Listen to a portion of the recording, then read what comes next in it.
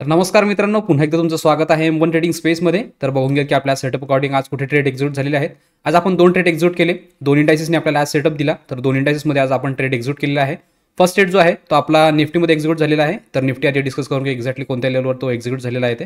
निफ्टीची opening slightly आज gap up होती. हा जो क्लोजिंग लेवल होता याच्यावर यांनी ओपनिंग दिलेली होती. फर्स्ट कॅन्डल यांनी स्ट्रॉंगली बुलिश क्रिएट केली. बट लाईव्ह स्ट्रीममध्ये मी तुम्हाला सांगितलेलं होतं की जो हा पीडीएच आहे हा खूप जवळ आहे.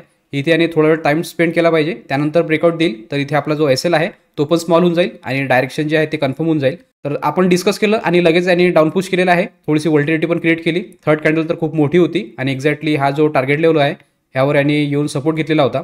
ही लेवल पण खूप व्होलेटाईल झालेली होती. ही कॅन्डल बघाल तर ही पण व्होल्टाईल होती, ही पण व्होल्टाईल होती.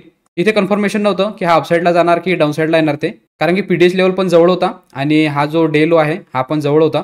तर ह्याच्यावर आपण बाईंग करणार होतो, ह्याच्या खाली आपण सेलिंग करणार होतो. इथे ब्रेकआउट दिलेला आहे बट आपण इथे इग्नोर केलं. मी तुम्हाला सांगितलेलं होतं की हा डायरेक्ट ब्रेकआउट आहे आणि हा आपल्या सेटअपमध्ये नाही आहे. आपले जे रूल आहे त्यामध्ये आपण याला एक्झिक्यूट करत नाही, तर आपण हा इग्नोर केलेला होता. मी तुम्हाला एक्सप्लेन केलेलं होतं की प्रॉपरली हा पीडीएचवर एक रेंज क्रिएट करत आहे. इथे WRCने जेव्हा ब्रेकआउट देईल तर त्या क्लोजिंगवर आपल्याला एंट्री करायची आहे. प्रॉपरली इथे 1:1 टार्गेट आपल्याला बुक करायचं आहे. इथे आपला एसएल पण स्मॉल झाला असता आणि टार्गेट पण अपसाईडची ओपन होतं आहे. बट त्यांनी एक्झॅक्टली पीडीएचला रिस्पेक्ट केलेला आहे. तिथनं डाऊनसाईडला आणलं आणि मग डाऊनसाईडची जी मुवमेंट आहे ती कंटिन्यू केलेली आहे. ही ब्रेकआउट बघून भरपूर जणांनी इथे एंट्री घेतलेली असेल. वीक प्लेयर जे आहे त्यांना इथे एक्झिट करवलं. त्यानंतर इथे एक स्पाईक लावलेला आहे. इथे कन्फर्म झालेलं होतं की हे जे बायर आहे यांना मार्केट बाहेर काढत आहे. तर इथे आपल्याला फक्त कन्फर्मेशन पाहिजे होतं की कोणत्या कॅन्डलमध्ये आपल्याला एंट्री करायची आहे ती. तर आपला जो ट्रेड आहे तो एक्झिक्यूट झालेला आहे या कॅन्डलमध्ये. कारण की तुम्ही क्लिअर बघाल तर हे जे बायर आहे यांना इथे एक्झिट केलं. त्यानंतर इथे एक होल्ड केलेला आहे, एक स्विंग क्रिएट करण्याचा प्रयत्न केला आणि लगेचच ही कॅन्डल आली. यांनी प्रॉपरली याला इंगल्फ केलेला आहे आणि हा जो स्विंग आहे याला ब्रेकडाऊन करून एक स्ट्रॉंग क्लोजिंग दिली आहे. ह्याच्याकडे जे टार्गेट होतं हे डे लो होतं आणि तुम्हाला माहिती असेल की या वीकमध्ये मोठा इव्हेंट आहे. तर मी एक्सपेक्ट केलं होतं की इथे 1:1 पण आपल्याला मिळाला तरी भरपूर आहे, कारण की मोठी मुवमेंट जी आहे ती इव्हेंटच्या दिवशी येणारच आहे. तर ते आपल्याला कॅप्चर करायची आहे. तर त्या अकॉर्डिंग 1:1 इथे क्लिअरली दिसत होता. त्यामुळे मी इथे ट्रेड एक्झिक्यूट केला आणि सेम कॅन्डलचा हाय मी एसएल लावलेला. ह्याच्यावर जर हा गेला असता तर मग पूर्ण दिवस व्होल्टाईल केलं असतं आणि एका रेंजमध्येच फिरत राहिला असता. त्या सेंटिमेंटनुसार हा मी ट्रेड एक्झिक्यूट केलेला आहे. एंट्री घेतल्यानंतर लगेचच त्यांनी टार्गेट डन केलं. बट इथे टार्गेट मी बुक नाही केलं, थोडं होल्ड केलं आणि जो एसएल इथे लावलेला होता तो ट्रेल करून मी सिक्युअर प्लेसवर या कॅन्डलवर आणून ठेवलेला होता. जर एसएल गेला पण असता तर खूप कमी पॉईंट होते, त्या अकॉर्डिंग आपण इथे पोझिशन मॅनेज करणार होतो आणि त्यानंतर मी डेल्टा न्यूट्रल करणार होतो. ते तुम्हाला मी लाईव्ह स्ट्रीममध्ये एक्सप्लेन केलेलं होतं की कशाप्रकारे आपण आज बेनिफिट घेणार होतो. बट मार्केट जे आहे ते ट्रेंडिंग झालेलं आहे आणि व्होल्टाईल पण होतं, त्यामुळे आपण ते एक्झिक्यूट केलं नाही आणि ह्यालाच आपण आज एक्झिक्यूट केलेलं आहे. ट्रेल केल्यानंतर इथे एक स्विंग क्रिएट झाला आणि डाऊनसाईडला पुश केलं. इथे एक डॉमिनेट कॅन्डल बनलेली होती. तर या लेवलवर परफेक्टली आपल्याला एक ट्रेलिंगचा चान्स मिळाला. जो एसएल आपण इथे ट्रेल केलेला होता तो ट्रेल करून आपण ह्याच्यावर लावला. त्यानंतर डॉमिनेट कॅन्डल क्रिएट झाली. इथे पुन्हा एक स्विंग क्रिएट झाला. तर आपण अजून ट्रेड केला आणि जो एसएल इथे लावलेला होता तो आपण ह्याच्यावर लावला. जेव्हा इथे सपोर्ट घेतला आणि निफ्टी इथनं रिव्हर्स झालेला आहे तर इथे लावलेला जो ट्रेलिंग आहे तो या कॅन्डलमध्ये बुक झाला आणि त्यानंतर निफ्टीने थोडीफार अपसाईडला मुवमेंट पण दाखवलेली आहे. या ब्रेकआउटवर भरपूर जणांनी मला लाईव्ह स्ट्रीममध्ये विचारलेलं होतं की इथे अपसाईडने ट्रेड घ्यायचा आहे की नाही. ते मी इथे क्लिअरली नाही म्हटलेलं होतं. मी सांगितलेलं होतं की याच्यावर जोपर्यंत जाणार नाही तोपर्यंत मोठी मुवमेंट येणार नाही, हा ट्रॅप असू शकतो आणि एक्झॅक्टली निफ्टीने तसंच केलेलं आहे. इथे इन्व्हाइट केलं, डाऊनसाईडला आणलं आणि कंटिन्यू डाऊनसाईडला फॉल दाखवलेला आहे. या रेंजमध्ये मी तुम्हाला सांगितलं होतं की याच्या खाली आपल्याला ट्रेड करायची आहे, तोपर्यंत वेट करायचा आहे. इथे ब्रेकडाऊन आणि दिला. ही कॅन्डल पण स्ट्रॉंग होती, चांगला ट्रेड पण होता. पण या लेवलवर मी ऑलरेडी बँक निफ्टीच्या ट्रेडमध्ये होतो, त्यामुळे मी याला इग्नोर केलं. इथे भरपूर जणांनी ट्रेड घेतलेला होता, त्यांनी चांगलं प्रॉफिट या लेवलपर्यंत बुक केलेलं आहे. ऑलमोस्ट या लेवलपासून तर या लेवलपर्यंत कंटिन्यूस रॅली दाखवलेली आहे. रेंज खूप इम्पॉर्टंट असतात आणि लेवल जे आहेत ते पण आपल्याला बघावं लागतात. तर इम्पॉर्टंट लेवल आपण कशाप्रकारे काढतो आज आपण ते पण शिकलेलं आहे लाईव्हमध्ये. त्या अकॉर्डिंगच ही लेवल काढलेली होती आणि एक्झॅक्टली त्या लेवलवर त्यांनी जेव्हा ब्रेकडाऊन दिलं तर आपण इथे ट्रेड एक्झिक्यूट केलेला होता आणि त्यानंतर त्यांनी ट्रेलिंगचा चान्स पण नाही दिला आणि कंटिन्यू डाऊनफॉल दाखवत डायरेक्टली डे लोवरच क्लोजिंग दिलेली आहे. तर आपल्या सेटअप अकॉर्डिंग मी जो ट्रेड एक्झिक्यूट केलेला आहे तो मी केलेला होता या ब्रेकडाऊनवर. या लेवलपासून तर या लेवलपर्यंत मी कॅरी केलं आणि माझा जो ट्रेलिंग आहे तो या लेवलवर इथे बुक झालेला आहे. त्यानंतर लाईव्हमध्ये जे जॉईन होते त्यांनी एक्झॅक्टली या लेवलवर एक्झिक्यूट केलेला होता. या लेवलपासून तर या लेवलपर्यंत कॅरी केलं आणि इथे त्यांनी बुक केलेलं आहे. तर हे होतं निफ्टीचं एक्सप्लेनेशन. यासोबत बघून घेऊ की बँक निफ्टीमध्ये आपला ट्रेड कुठे एक्झिक्यूट झालेला आहे ते. बँक निफ्टीची ओपनिंग टोटली आज फ्लॅट होती.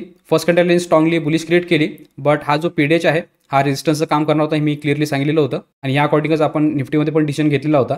एक्झॅक्टली यांनी पीडीएचवर एक रेजिस्टन्स फेस केला आणि कंटिन्यू डाऊनफॉल दाखवलेला आहे आणि जो फर्स्ट कॅन्डल होती जी की खूप स्ट्रॉंग दिसत होती त्याचा लो पण यांनी ब्रेक केलेला आहे. तर इथे कन्फर्म नव्हतं की हा कोणत्या साईडला जाणार ते, कारण की या कॅन्डलमध्ये पण चांगली व्होल्टिलिटी होती, या कॅन्डलमध्ये पण होती.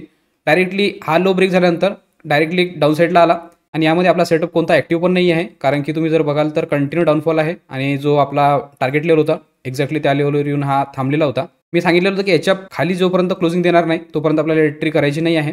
ही थोडीशी ब्रेकडाऊन दाखवलेलं आहे, बट क्लोजिंग जी आहे ते वर होती, त्यामुळे मी सांगितलेलं होतं की हा फक्त लिक्विडिटी ट्रॅप असू शकतो. इथे सेलरला इन्व्हाइट करतील, त्यानंतर पुन्हा अपसाईडला जाऊ शकतो. तेच एक्झॅक्टली यांनी केलेलं आहे. ब्रेकडाऊन दाखवलं आणि स्लो अँड स्टडीली अपसाईडला गेला आणि पुन्हा अपसाईडला मोमेंटम केलेला आहे. तर या रेंजमध्ये तर कोणता सेटअप नव्हता. जेव्हा इथे यांनी ब्रेकआउट दिलं तर मी सांगितलेलं होतं की अपसाईडला ट्रेड करायची नाही आहे, कारण की आपल्या सेटअप अकॉर्डिंग रूलमध्ये नाही आहे. कंटिन्यू यांनी अपसाईडला ब्रेकआउट दिलं आणि लगेचच डाऊनसाईडला आलेलं आहे. जेव्हा वीक प्लेअर जे आहे हे कॅन्डल बघून एंट्री घेतलेली असेल, एक्झॅक्टली त्यांना ट्रॅप केलं, एक स्विंग क्रिएट केला, इथे त्यांना एक्झिट केलं. त्यानंतर इथे कन्फर्म झालेलं होतं की जे स्ट्रक्चर आहे ते ब्रेक झालेलं आहे, बट आपल्याला इथे कन्फर्मेशन नव्हतं. ही कॅन्डल जी आहे हे प्रॉपरली इंगल्फिंग होती. या कॅन्डलचा लो पण यांनी ब्रेक केलेला होता, बट क्लोजिंग नव्हती, त्यामुळे आपण इथे ट्रेड एक्झिक्यूट नाही केला आणि त्यानंतर वेट केलं. ही कॅन्डल यांनी ग्रीन क्रिएट केली, त्यानंतर एक रेंज क्रिएट झालेली होती. एक्झॅक्टली नेक्स्ट कॅन्डलमध्ये यांनी इंगल्फ केलं, थोडंसं वर पुश केलं, डाऊन साईडला आणलं आणि जे क्लोजिंग आहे ती रेंजच्या खाली दिलेली आहे. तर जो आपला बँक निफ्टीचा ट्रेड आहे तो मी एक्झिक्यूट केलेला या कॅन्डलमध्ये.